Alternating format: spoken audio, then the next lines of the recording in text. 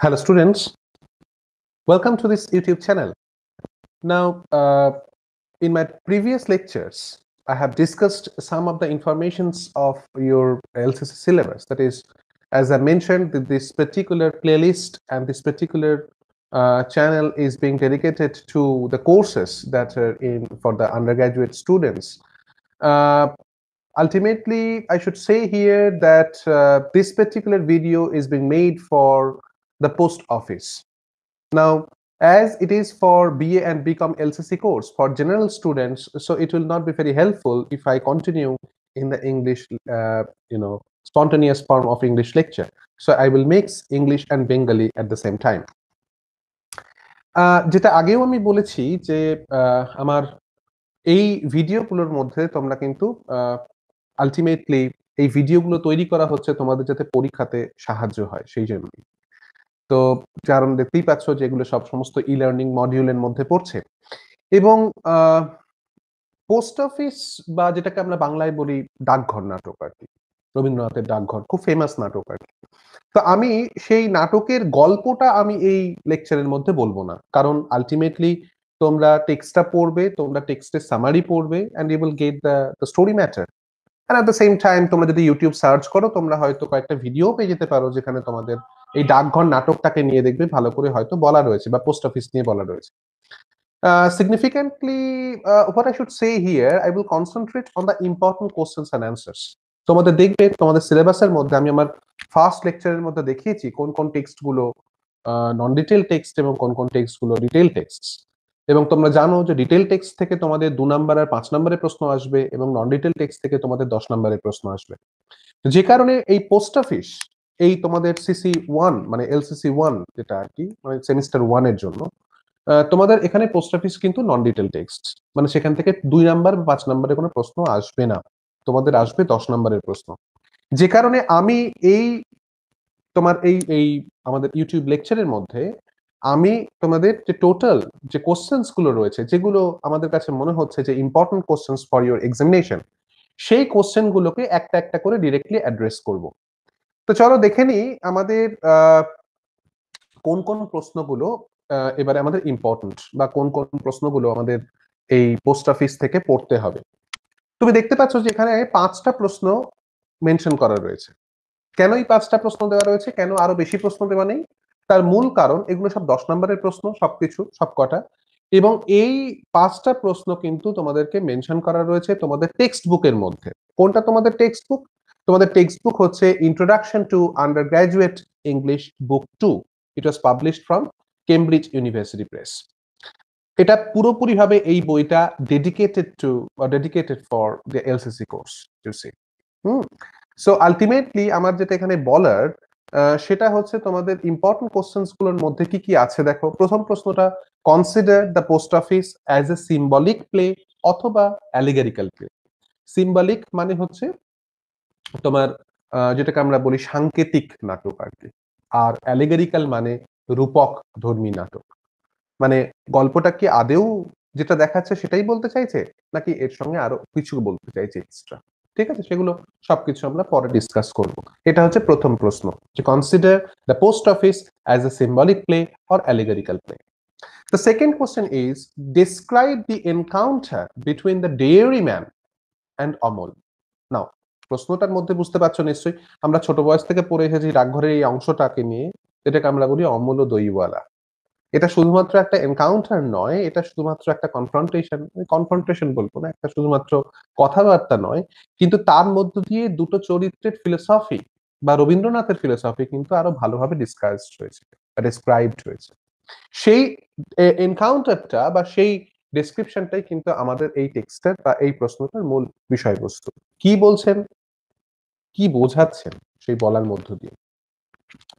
The next question is obviously very significant and at the same time very important for you, that Amol represents the man whose soul has received the call of the open road. মানে কি? মানে অমল একজন ব্যক্তিকে বোঝায়। অমল হচ্ছে একজন ব্যক্তি যার কথা আমরা জানি যে টাইটিউলার character, not titular but the most significant and important character in the post office. So Amol represents the man, কোন মানুষটা? whose soul has received the call of the open road.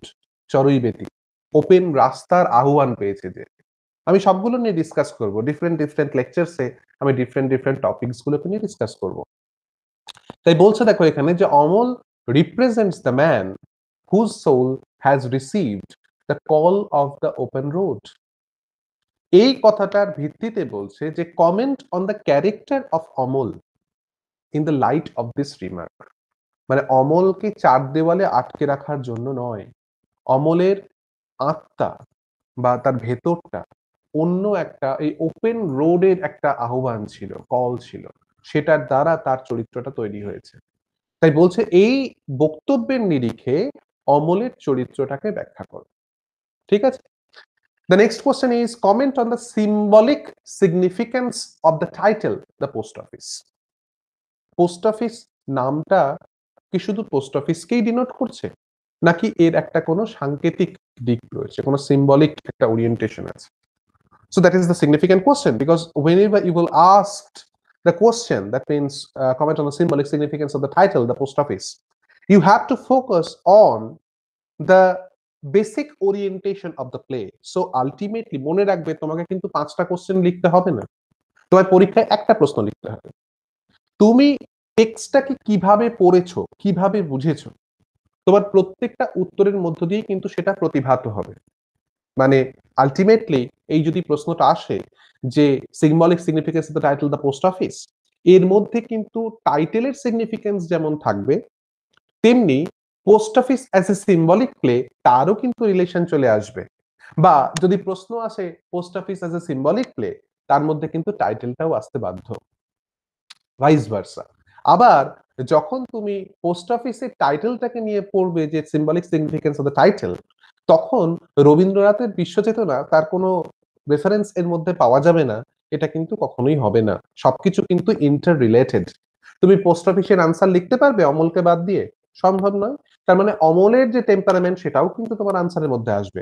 তার মানে দেখো, তুমি যদি একটা বড় অ্যান্সার তৈরি করো, যে বড় অ্যান্সারটার মধ্যে সবকিছু দিকই থাকবে, সেটা দিয়ে কিন্তু তুমি শুধুমাত্র তোমার স্ট্রাকচারটাকে চেঞ্জ করে নিলে অ্যাকর্ডিং টু দ্য কোশ্চেন, তাহলে কিন্তু তোমার কাছে খুবই হেল্পফুল হবে সেটা, right?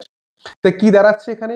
The post office represents, next question যেটা, টু অপোজিট ওয়ার্ল্ড ভিউজ। তুমি দেখবে পোস্ট অফিসে দুটো গ্রুপ অফ ক্যারেক্টার্স রয়েছে। একদল বাইরে বেরোনোর কথা ভাবে, বিশ্বচেতনার কথা বলে, আর কিছু মানুষজন রয়েছেন যারা একটা ম্যাটেরিয়ালিস্টিক পার্সপেক্টিভ নিয়ে চলেন। তারা শুধু জানলা বন্ধ করেন, দরজা বন্ধ করেন, এরা এই ম্যাটেরিয়াল লাইফ বাদে আর অন্য কোনো কিছুকে চান না।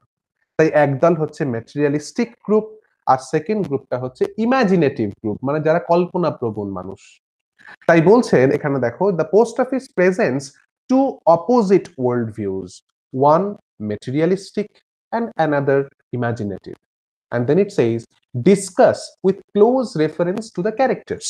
মানে এই দুটো ওয়ার্ল্ড ভিউ, তার মধ্যে যে difference, material versus imaginary or imaginative, materialistic versus imaginative, and at the same time earthly versus spiritual। এবং এই দুটো যে চিন্তা বা এই দুটো যে ধারণা, সেই ওই ওয়ার্ল্ড ভিউ, এই ওয়ার্ল্ড ভিউ এর কিন্তু রিপ্রেজেন্টেটিভ ক্যারেক্টার আমাদের টেক্সটের মধ্যে রয়েছে। তো সেই সমস্ত চরিত্রগুলোকে জোট করে বা দলবদ্ধ করে তাদেরকে নিয়ে আমাদের এই আইডিওলজি গুলোকে ডিসকাস করতে হবে। বোঝা গেছে? তাহলে এই হচ্ছে তোমার 5টা major text, major question that are very important for your examination. Okay, symbolic play, Amal দইওয়ালা, অমলের চরিত্র, টাইটেলের সিগনিফিক্যান্স, এবং world view and the characters. So this are the 5 questions that are very important for your examination। যদি এই 5টা প্রশ্ন তুমি ঠিকঠাক ভাবে তৈরি করে ফেলতে পারো, তাহলে এমন কোনো প্রশ্ন থাকবে না যে প্রশ্নের উত্তর তুমি পারবে না। বোঝা গেছে? চলো আমরা আমাদের নেক্সট লেকচার থেকেই আমরা এই 5টা আলাদা আলাদা কোশ্চেন সম্পর্কে একটু ডিসকাস করে নেব। Okay, stay attached. পরের ভিডিওটা দেখার জন্য রেডি থাকো। Thank you.